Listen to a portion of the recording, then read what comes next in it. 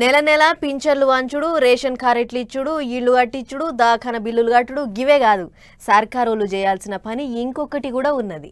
ఏంటంటే సర్కార్ బళ్ళల్లో చదువుతున్న పొల్లగాండ్లు ఎట్లా చదువుతుర్రో చూసుడు. ఎందుకంటే పొల్లగాండ్ల చదువుల కొరకు వేల కోట్లు ఖర్చు చేస్తుర్రు సర్కారోళ్ళు. మరి ఆ మాత్రం చూసుకోకపోతే ఎట్లా చెప్పుర్రి? అందుకే ఇగో బడిబట్ట పట్టిర్రు ఇద్దరు సార్లు చూడుర్రి. సర్కారు బడులల్లో పొలగాండ్ల చదువులను ఎగిరపెట్టేందుకు 100 కోట్లు ఖర్చు పెడతారు.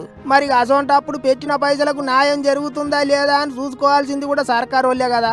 అందుకే 6 నెలలకోసారి వాళ్ళు వీళ్ళు కాదు, ఏపీలో పెద్ద సార్లే బడి పొలాలను అరుచుకుంటారు. సర్కారు బడులల్లో మల్లక పేరెంట్స్ టీచర్ల మీటింగు జోరుగా నడిచింది.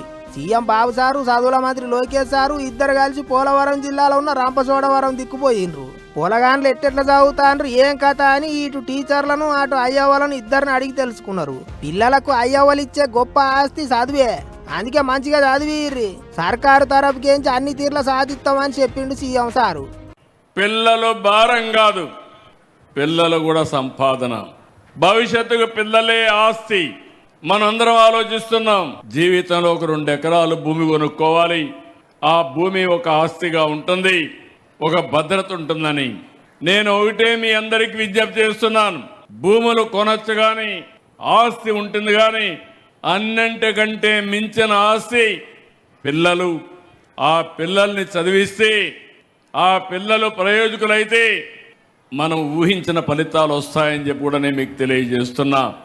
నేను అందుకనే దీని మీద ఎక్కువగా శ్రద్ధ పెట్టాను. ఇక చదువుల మంత్రి లోకేష్ సార్ మాట్లాడుకుంటూ ఏమన్నాడంటే, 3 నెలల క్రితం ఒక వావ్ మూమెంట్ నాకు కలిగింది. నేను మొదటి పేరెంట్ టీచర్ మీటింగ్ లో గౌరవ ముఖ్యమంత్రి గారు విషయంలో హామీ ఇచ్చారు.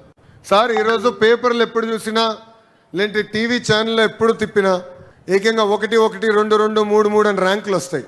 అది కేవలం ప్రైవేట్ పాఠశాలలకే వస్తున్నాయి. నాకు 2 సంవత్సరాలు ఇవ్వండి, ప్రభుత్వ పాఠశాలలో కూడా అంత అద్భుతమైన ర్యాంకులు నేను తీసుకొస్తా, ఆ పిల్లల ఫోటోలు నేను పేపర్లో వేస్తానని చెప్తాను జరిగింది. గిట్లా ఇద్దరు సార్లు పొలగాండ్ల అయ్యవ్వలను బల్య పాఠాలు చెప్పే టీచర్లను ఒక్క జాగలో కూర్చోబెట్టి మాట్లాడినరు.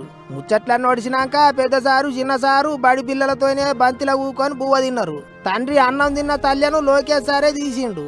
మొత్తానికి పేరెంట్ టీచర్ల మీటింగు ఈసారి కూడా మంచిగానే నడిచింది.